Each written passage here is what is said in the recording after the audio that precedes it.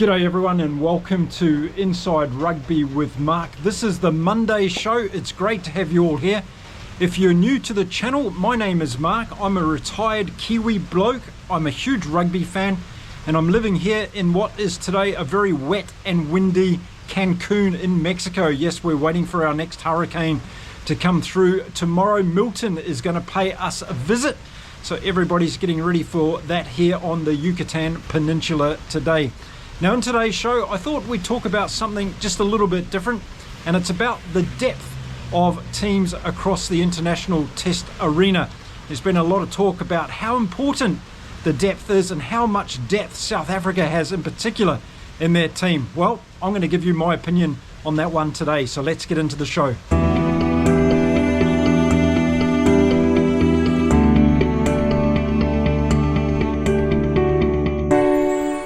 Okay, so let's get into it. Now remember, I'm a retired bloke. I do this as a hobby, so I love reading your interactions in the comments. So make sure you drop your opinion on this particular topic today. I'd be really interested to know what you think.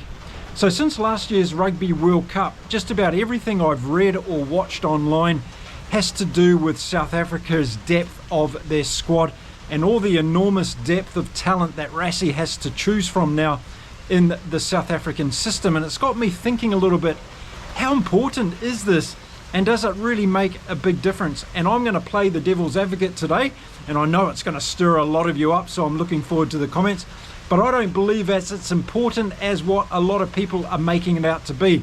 Now hear me out on this one, because I've got a few things I want to share with you. Now what I've done is I've looked at some other sports and I've just gone back through my own general sporting data bank in my head to think about who's been successful over the years and where have they come from and how deep is the talent pool in that particular country.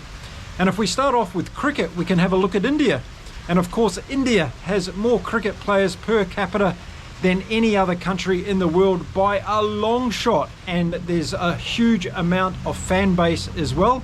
It's just like a religion in India. If you've ever been there, like I have, to watch a test match, it's another out-of-world experience. I guess you've got to put it on your bucket list one time in your life to watch a cricket test match in India. Yet out of that huge pool of talent that the Indian cricket team can select from, they've only won 2 Cricket World Cups since its inception. So that's something really, really interesting. It just means the team, in my opinion, that has the greatest depth of talent doesn't always win the big prizes. And while we're on the topic of cricket, I could also turn to our neighbours here in the Caribbean. Yes, the West Indies, of course, had that magical run in the world of cricket. And of course, their selection depth in the West Indies is very, very small compared to nations like Australia, England, India, and so forth. Yet the West Indies were dominant in world of cricket for so long, until the professional era started to really take off. So that's another one that I'd throw out there in terms of saying that I don't believe the depth of talent is that important. Then moving on, we've got the sport of sailing. And of course, from my tiny nation in New Zealand, we've been extremely successful in the America's Cup over recent years. And yet we don't have a huge amount of depth when it comes to sailing talent in New Zealand. It's an elitist sport still, and countries like the United States of America and Great Britain and some of the big European countries like Italy, they have a huge amount of talent to call on as far as sailors and talent within that particular sport. But New Zealand has come out on top again in the world of sailing by selecting the right people, training them, and having that innovative edge to be able to get up and win the America's Cup. So there's another sport where the depth of talent hasn't been critically important in terms of the outcome of the greatest prize of all in that particular sport. I'm of the notion that when it comes to selecting teams, it's important to have obviously your best 23 players, and if you can choose from a greater pool, then that might be all right, but it doesn't guarantee you that you're going to have the outcome that you want on any given day. I'm reading comments now online from South African viewers in particular that are saying that we're heading into this era of South African rugby where the forwards and the backs are going to be as good as each other and they're going to be unbeatable in the world of rugby. Well, I'm sorry, I don't buy into that ethos at all. because first of all, across 80 minutes of rugby, it's nigh on impossible for everything to go perfectly all of the time. There are going to be momentum swings in any game of rugby, and it's up to how good the opposition are in terms of being able to take their opportunities. I cite two games in particular in this year's Rugby Championship where we saw that happen. We saw that happen with Argentina against New Zealand in Wellington, where the Argentinians were given their opportunity and they took it and they won that particular game. We saw it also again with Argentina playing South Africa in that first game in Argentina. They took their opportunity again, and because South Africa weren't able to play and put the pressure on for the entire 80 minutes of that game, Argentina came out with a win. So it doesn't matter how deep your squad is and how fantastic they are in the forwards and the backs. I think there's always going to be an opportunity for the opposition to be able to score and to possibly win a game. I think what's more important is the competition that those teams are actually getting, and we've seen it with Argentina again. I'm going to be using them as an example because as they get more and more competition, as they've come into the Rugby Championship and they're playing South Africa and New Zealand on a more regular basis, we've seen them improve. And as a result of that, we've seen them also get better opportunities through their coaching selection. And I think Michael Cheika going to Argentina really had a huge impact on that team's trajectory. Felipe Contepomi is carrying on that tradition. So I think there's a lot of factors that go into making a team successful, of course. And I don't think this whole notion of depth is as important as what a lot of people, both in the press and fans, are making of it. So just south of me, of course, we have the mighty football nation of Brazil. And while they have done pretty well at the Football World Cup, winning 5 times, they still haven't been absolutely dominant. And of course, if you remember back a few years ago, they've had some shocking years, yet they're seen as having the best footballers on the planet and the greatest depth to be able to select from. So I don't buy into this whole concept. I think there are so many other factors in it. I think it's critically important that the coaches of these top international teams today, they focus on getting the best 23 players they can to go out on any one game.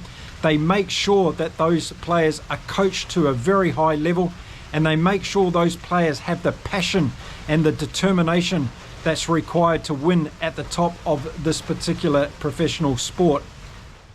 Now, if you go back to the early days of All Black rugby, when I was a young kid, it was always the talent of the All Blacks that were beating the opposition, their ability to throw the ball out wide, to score tries and to be dynamic. And that's an ethos that the All Blacks have always had.